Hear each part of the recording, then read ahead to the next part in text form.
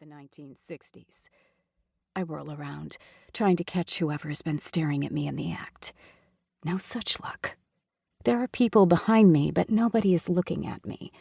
At least nobody's looking at me at this moment. It's probably something innocent. Maybe a man who is thinking about buying me a drink. Maybe somebody who recognizes me from work. It doesn't mean it's somebody who knows who I really am. It never is. I'm probably just paranoid tonight because it's the 26th anniversary of the day my whole life changed. The day they found out what was in our basement. You okay, Doc? The bartender is leaning toward me, his muscular forearms balanced on the slightly sticky counter. He's a new bartender. I've seen him only a handful of times. He's slightly older than the last guy, maybe mid-30s like me. I tug at the collar of my green scrubs. He started calling me Doc because of the scrubs. It is, in fact, an accurate guess. I'm a general surgeon.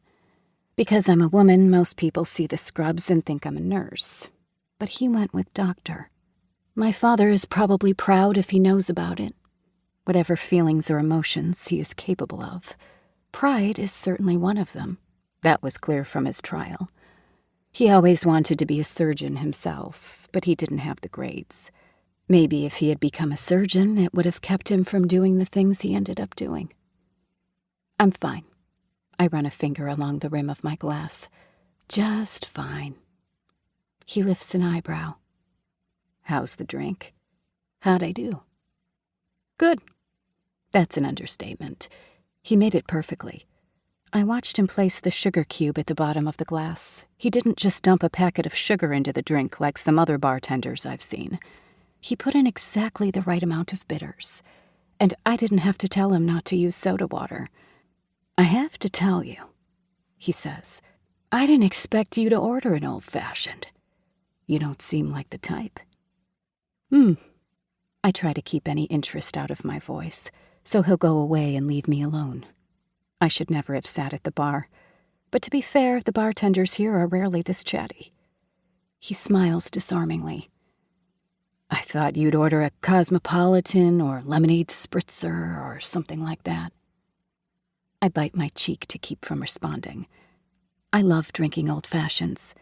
That's been my drink since I was 21, and maybe even a little before, if I'm being honest. They're dark and boozy, a little sweet and a little bitter.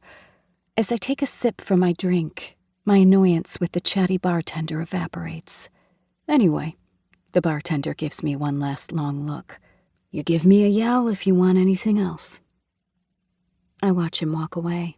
For a split second, I allow myself to appreciate the lean muscles that stand out under his t-shirt.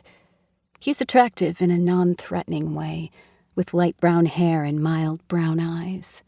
The stubble on his face is not quite enough to be called a beard. He's very nondescript, the sort of guy you couldn't pick out of a lineup, sort of like my father was. I start to tick off on my fingers the number of months since I've had a man over at my house. Then I start counting off the years. Actually, we may be getting into the decades territory.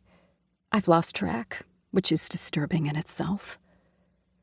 But I'm not interested in a rendezvous with the hot bartender or anyone else. A long time ago, I decided relationships wouldn't be a part of my life anymore. There was a time when it made me sad, but now I've accepted that it's better that way. I lift my drink again and swish the liquid around. I still have that crawling sensation in the back of my neck like somebody is watching me. But maybe it's not real. Maybe it's all in my head. 26 years. I can't believe it's been that long. The game show host on the screen interrupts my thoughts, ripping my eyes away from my drink.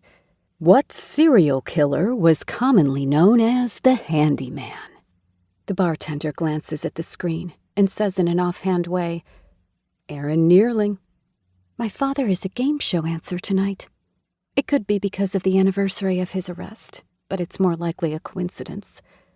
No matter how many years go by, what he did will never be forgotten. I wonder if he's watching. He used to like game shows. Is he allowed to watch TV in there? It's not clear what they allow him to do in prison. I haven't spoken to him since the police...